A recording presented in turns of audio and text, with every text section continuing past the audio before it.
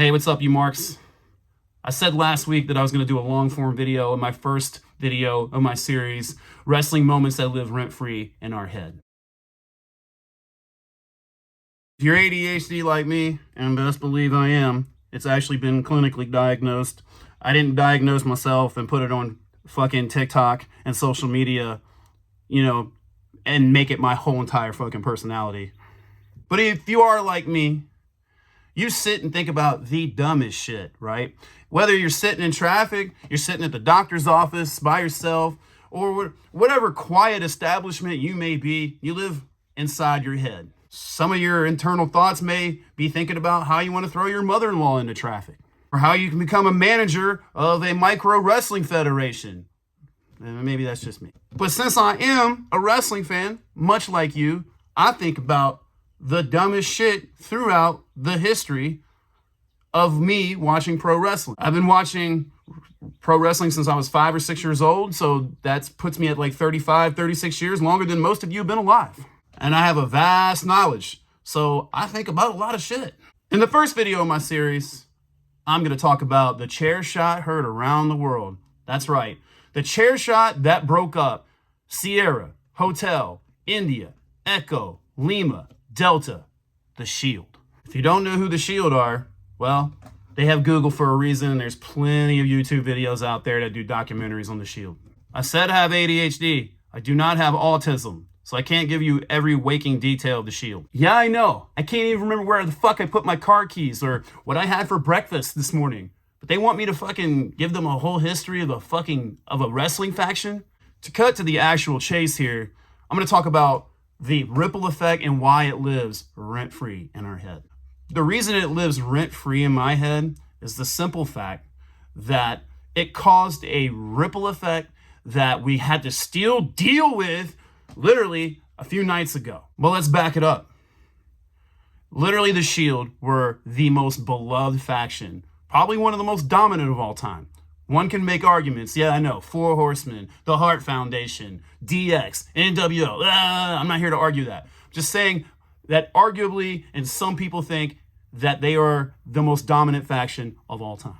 I think where the pain really started, and it started living rent-free, and we haven't gotten over it, is because it was the evil, dirty evolution / authorities plan B.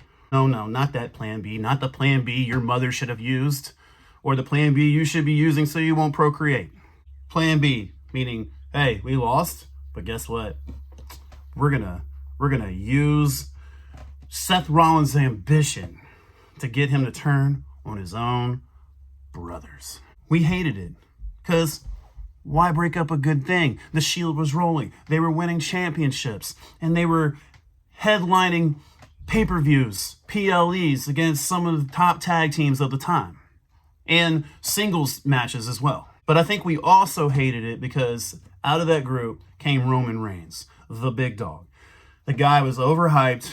He was overpushed. It was so fucking clear that Vince McMahon wanted him as the next John Cena. And it probably would have been cool if Roman actually had a little bit more experience in the ring and he actually could cut a promo, but at the time, he's just not what he is today. The OTC, the tribal chief.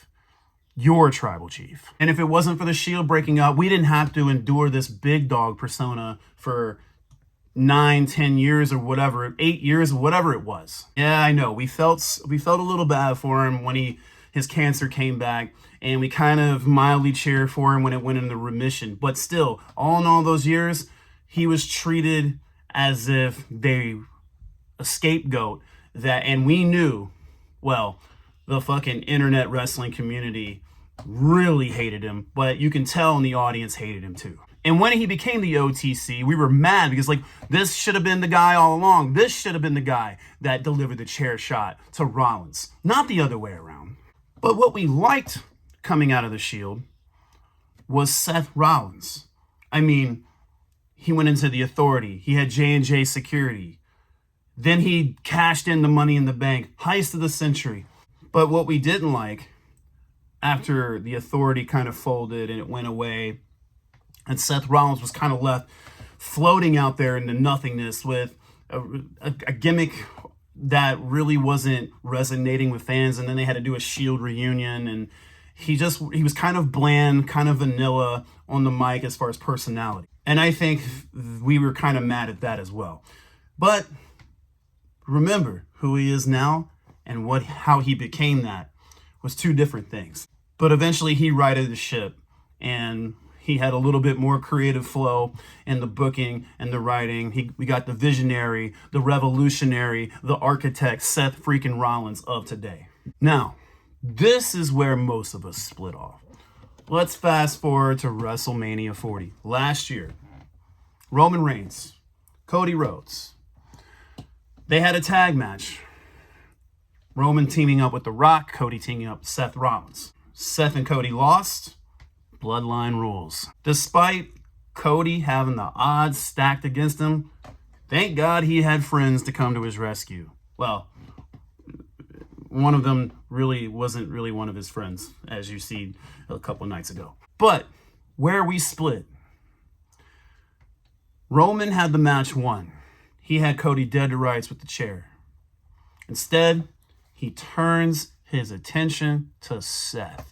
10 years of aggression, anger, resentment, rage, all in that moment where he was able to finally hit Seth with that chair, but caused a distraction that allowed Cody to finish his story. And some of us hated it.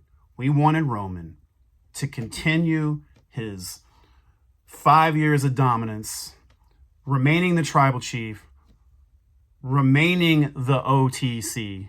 I want to get to the reason why it lives rent-free in my head and yours. For me, I can speak for myself on this one. I don't like to feel feelings and emotions. I don't like feelings. I don't like being in my feelings. Don't make me feel. I'm kidding. That's what wrestling's supposed to do. It's supposed to make you feel things. It's supposed to make you get off your seat, make you cry, make you cheer, make you angry. The Shield broke up too early. They were at their height. It wasn't getting stale. People were getting bored of it. And I think you just don't end things. But it also lives rent-free in my head because it gave us a Roman Reigns we should have never gotten. It catapulted him in the superstardom, and obviously, I guess without it, he would have never became the tribal chief. While going through the fire and learning, and like Stone Cold said, getting burned, right? What if, in alternate history, we got a Roman Reigns that was heel all along, and we got 10 years of the tribal chief? I know some of you thinking are like, oh my God, that's too much. That's too long. 5 years went by like that. What's another 5? And he would have been the greatest, unarguably the greatest of all time. He's on a lot of people's Mount Rushmores, but I think he would be on everybody's Mount Rushmore. And that's why it lives rent-free in my head. Tell me why in the comments it lives rent-free in your head. Don't forget to hit that subscribe button and the like button. Leave a comment. Now, go away.